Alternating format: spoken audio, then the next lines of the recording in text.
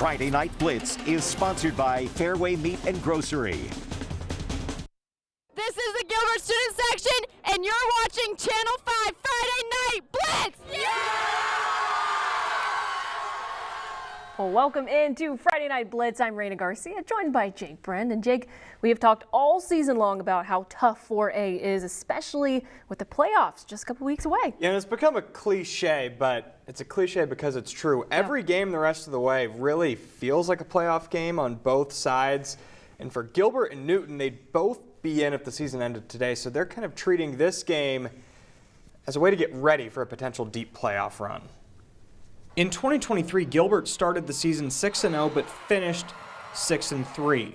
In 2024, the Tigers are off to another 6-0 start but are coming off of their first loss of the season. When something perceived negative happens or you lose or something doesn't go your way, sometimes that's the greatest gift that you can be given, is because you got to respond to that. It's really easy to respond. Let's say we come back and win and we kick a field goal or whatever, and we end up winning on Friday. Well, what lesson did we actually really truly learn from and be able to grow from? Those back-to-back 6-0 starts are the first time that's happened in program history. A huge reason why is 4A's leading rusher, Will Hawthorne. I've been playing varsity football for 4 years, and you get, each year the game kind of slows down for you. And you can make your reads and you can make your cuts a little better. When your best guy is the hardest worker and the most dedicated, special things can happen, and that's Will. On the other sideline, Newton enters this game ranked 11th in the RPI. Gilbert is another top 10 test for the Cardinals as they prepare for hopeful playoff football. We feel really good about our schedule, how we designed it. We designed it with a variety of different teams that can do different things that we think are playoff caliber teams, and so we feel really good getting all those things ironed out before the playoffs start. Newton knows what kind of challenge Hawthorne presents. So every year there's going to be that dude at running back, right? And last year, we played Will, we played Brevin Dahl, Flora, we played our fair share of great athletes, right? And so I think just being confident in yourself is huge. With our work ethic and with our drive, our motive, I think we can make something really special. And it really doesn't matter who they are, what they can do. We're just going out there executing. Game of the Week, sponsored by Fairway Meat and Grocery. Senior night in Gilbert. The Tigers haven't reached 7 wins since 2015. First drive, Ethan Rash keeps it himself, diving for the pylon. He's brought down just 1 yard short. Will Hawthorne would punch it in. Here's a great response from Newton. Isaiah Hansen takes the handoff untouched into the end zone. This one's tied at 7. Another drive, another score. This time, Hawthorne, again, his second touchdown of the game. 14-7 Gilbert. Newton driving, 4th down. Caden Klein rolls out. He is brought down by who else? Will Hawthorne. He forces the turnover on downs, and then Gilbert punches it in. Ethan Rash on the keeper. It's a dominant home win for Gilbert. They win 30-7. Well, let's stay in 4A. The top team, North Polk, hosting Boone tonight. We'll start this one in the first quarter. It's going to be the senior BJ Tate Jr. who takes the handoff straight up the middle for a quick North Polk touchdown. The Comets get out to a 7-0 lead early. And of course, the student section loving what they're seeing. Going with the pink out theme tonight. Still first quarter, read option for North Polk's Nathan Feldman. He fakes out the whole Boone defense and trots in for the score, doubling the Comets lead to 14-0. North Polk's offense isn't done yet. Right before the end of the first, another touchdown. This time it's Feldman through the air. He found his tight end Logan Freeland in the corner. And this PA team made it 20-0 North Polk. But hey, they take care of business tonight, 48-7 over Boone, and the Comets remain undefeated. Staying in 4A, Indianola at ADM. Asher Brick rolls out. That ball is intended for Hayden Schulte and tipped right to Jacob Graham. Right time, right place, I guess. Hudson Scholl now for ADM finds Corbin Reed in the end zone. The senior ties it at 7. More from ADM. Scholl keeps it himself, hits the hole, bounces it outside, all the way down the sideline. No one's going to catch him. ADM wins a crazy game at home, 35-14. 31. Bondurant for our hosting undefeated Pella, the Blue Jays, trying to spoil that a little bit. Bondurant's Jordan Ryle takes this one himself, and check this out. He almost gets tripped up here, but manages to stay on his feet, makes a guy miss, and Pella just having a hard time bringing this guy down. That's going to be a 62-yard run, and the Blue Jays are in the red zone. More Jordan Ryle here. This time he delivers a strike to Boone Obrecht for the touchdown. And the Blue Jays go up 7-0. Bondurant continuing to have their way on offense. Ryle hands it off to Blake Guthrie. He takes this one 15 yards for the score, and just like that, it's a 14-point lead for Bondurant, but Pella comes back to win in a thriller 28-21, and the Dutch now move to 8-0. Well, tonight we had a battle of two CIML heavyweights, Southeast Polk and Dowling Catholic. We'll send it out to Dave Bingham with the highlights. 25 years of the Friday Night Blitz, two heavyweights going at it tonight. Think about this, 20 years prior to starting the Blitz, only two Central Iowa schools in 20 years, Newton in 1980 and Ankeny in 1997 won state titles. Now, these teams are just adding them. Dowling's had 10 since we started the Blitz, and Southeast Polk's won the last 3. What a night for football as these two powerhouses go at it, and Southeast Polk gets this party started. Holden Hansen to Sam Zelinovich over the middle, big gain. Zelinovich goes down here and doesn't look good, injured, did not return. We hope the best for Sam. Rams keep it going though. Hansen to Drew Thompson for the touchdown. PAT's no good, 6-zip Rams. Dowling has the answer, throwing the ball in the air, but find a little jet sweep here. Sam Drexler hits the edge, gets it down inside the 10-yard line, and then Parker DePhillips with the strike right there to Jacob Skaw, 7-6, Dowling. Rams, though, answer back on the ground, big plays. Landon Vanderwerf, tough inside, offensive line doing the job, 13-6, Southeast Polk.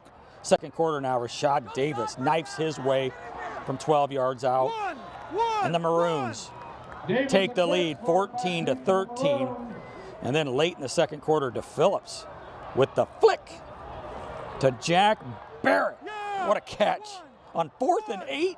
Maroons on top, 21-13. This game gets wild in the second half. It goes all the way down to the end. Southeast Polk with a chance to win it. Gonna go for 2. They have a penalty, so they got to kick it. Extra point, no good. Dowling survives that, an onside kick, and much more to go on to win this one, 35-34. The RPI is going to come out. You got to see all those highlights that we didn't show you on our Dome Dynasty socials, because there's a lot, and it's good. But who knows, these two teams could meet again in the playoffs, and they could meet early. But for now, right now, Dowling the winner. Send it back to you guys in the studio.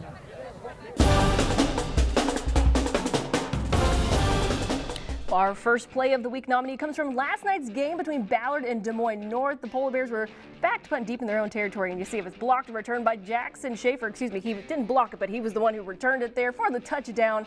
Heads-up play, and the Bombers end up winning that game 56-8. Well, we are just getting started here on Friday Night Blitz, and after the break, we'll take you inside the huddle with the Johnston Dragons.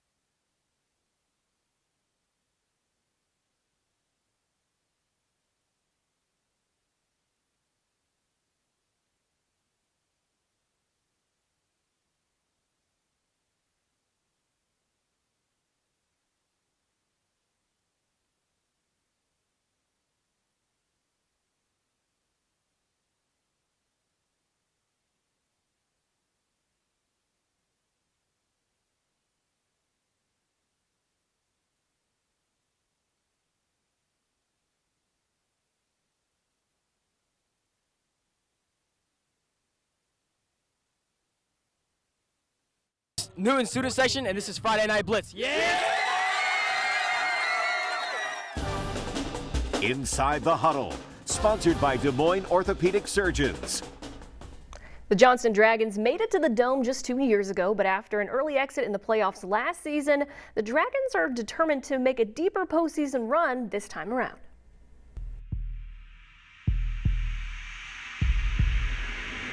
I think it's a bunch of tough group of guys that are willing to fight for each other each and every single play out there.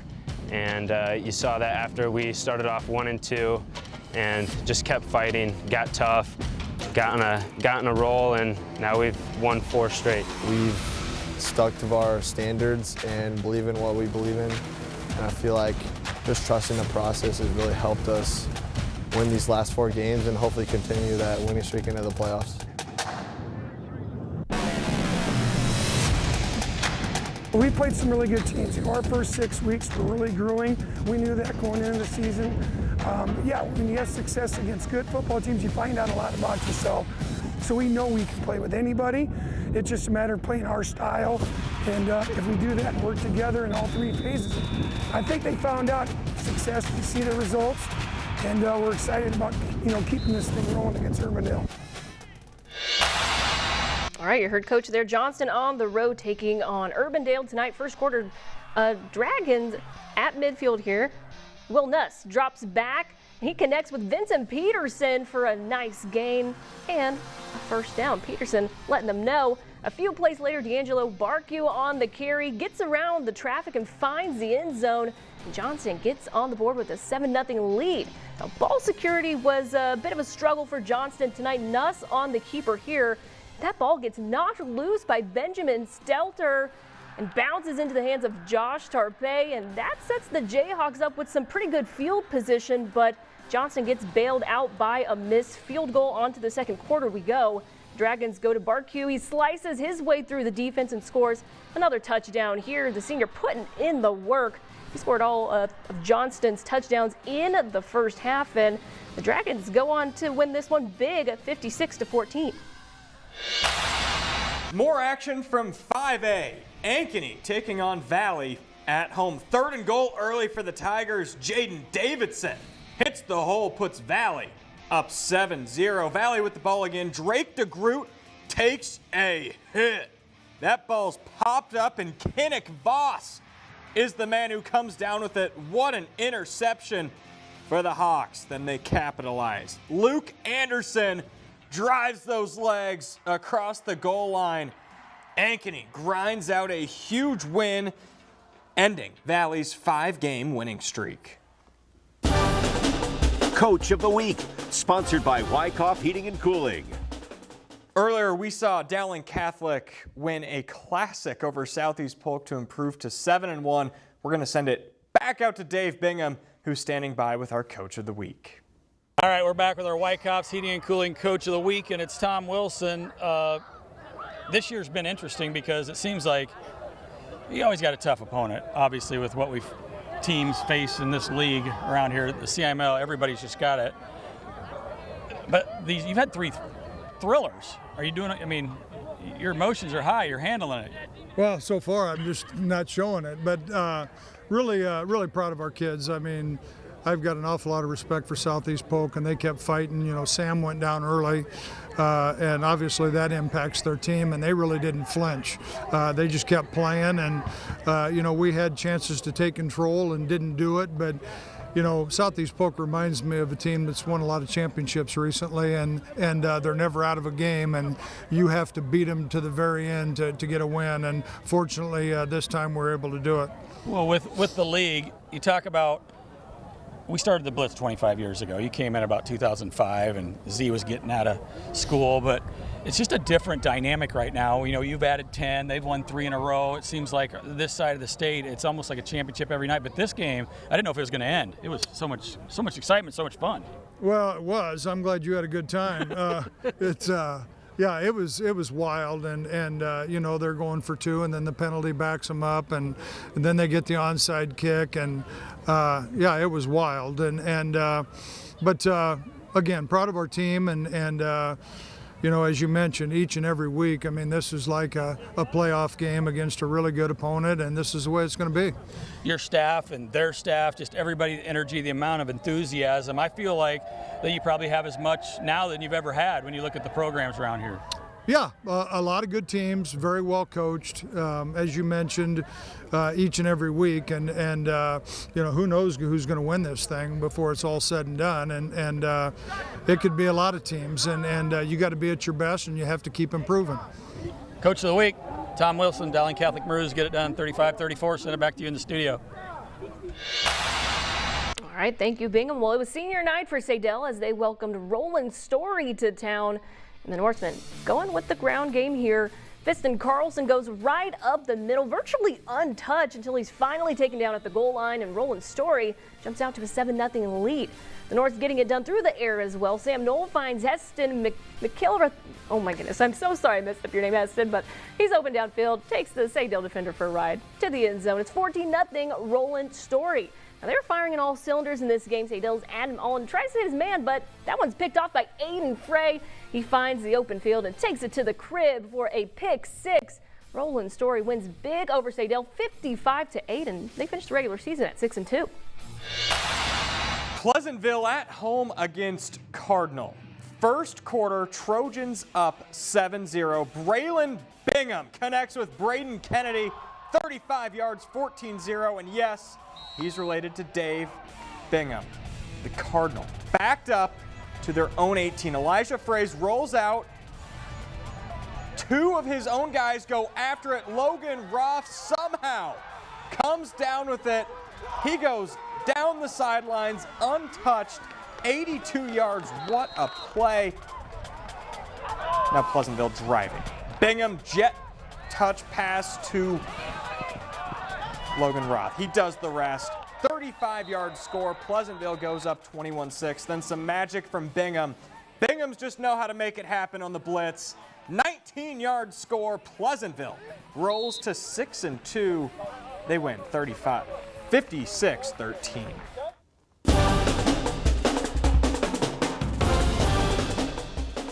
We just saw this play. Cardinal backed up at their own 18. Elijah Fraze rolls out. Jump ball. Who has it? It's Logan Roth.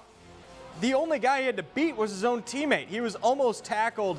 What a crazy play. That's Play of the Week, nominee number 2. We'll see who wins coming up. And we're going to take a quick break. But when we come back, find out who earned our game ball for Week 8.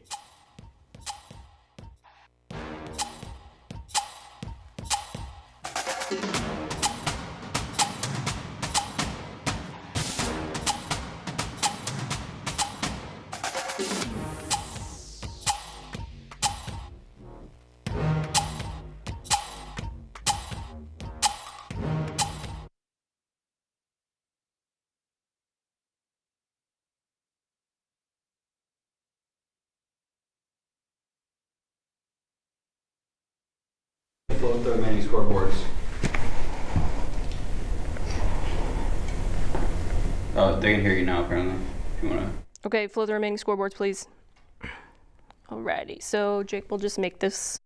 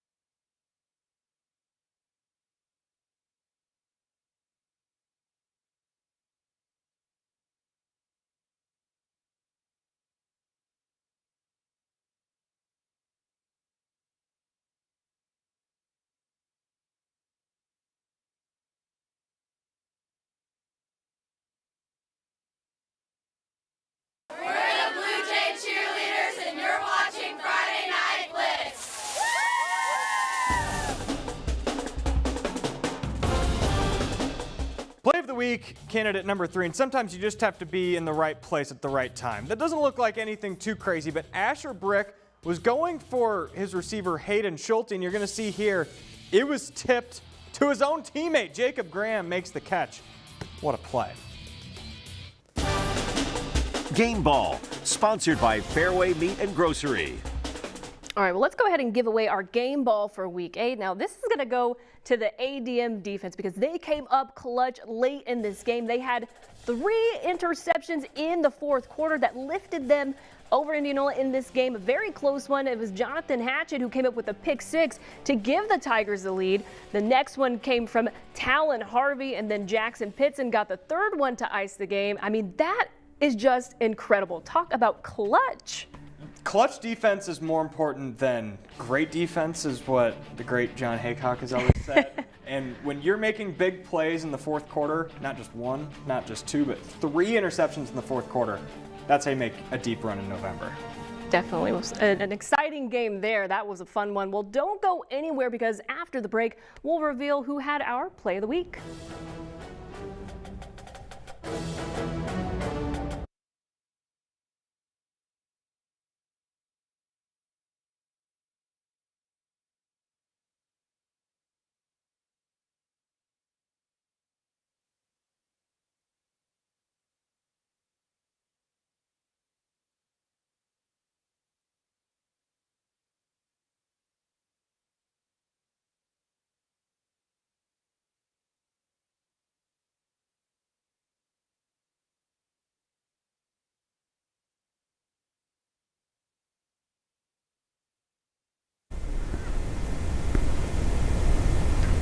Because we. So, okay. So are we timed? Sorry, both of us are talking. Okay, put that last scoreboard back in. Wait. Never mind.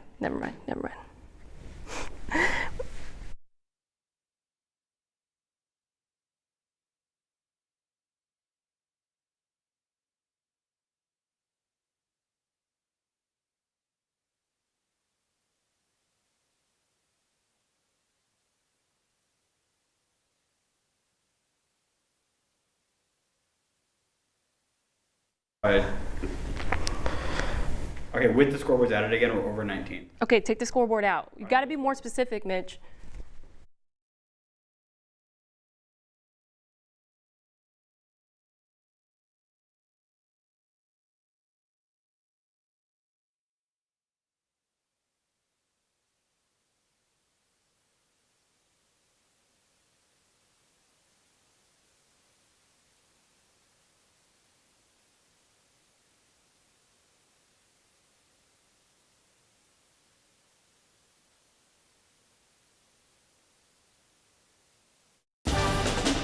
Play of the week, sponsored by Taco John's.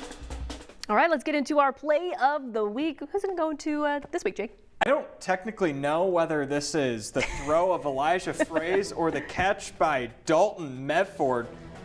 So I don't know who the ball was thrown to, but Medford is the one who comes down with it. Don't worry, we've got a slow motion view coming up of this, but he scores 82 yards. That is a long, long play. So ball's thrown. I honestly think it was going to the tight end. Yeah. And then the tight end was the main defender. He almost tackled his own guy. What a play for Cardinal. Yeah, walking the tightrope on that sideline there. Yeah. I'm kind of surprised they were able to stay in bounds. That was a pretty good one. It might be play of the season. I like that one. Well, we are going to take one final break, but when we come back, Jake and I will put a bow on week 8 with our final thoughts.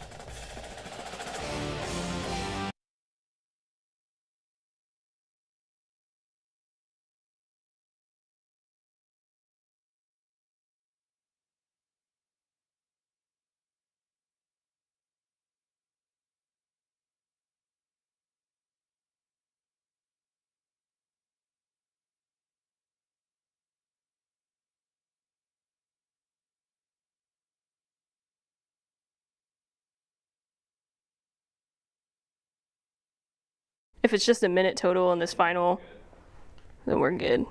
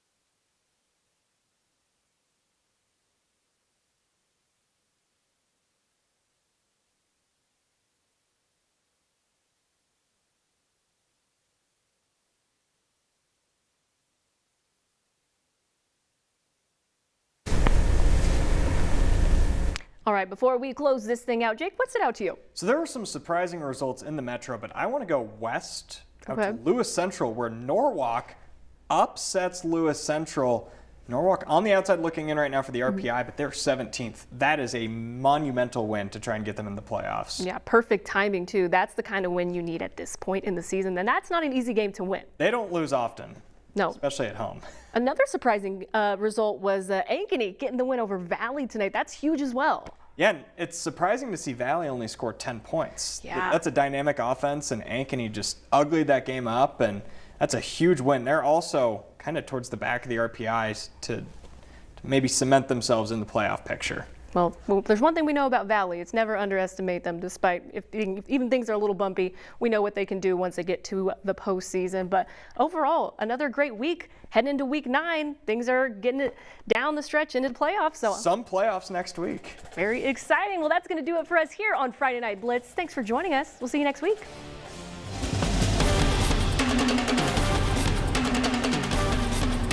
Friday Night Blitz is sponsored by Fairway Meat and Grocery.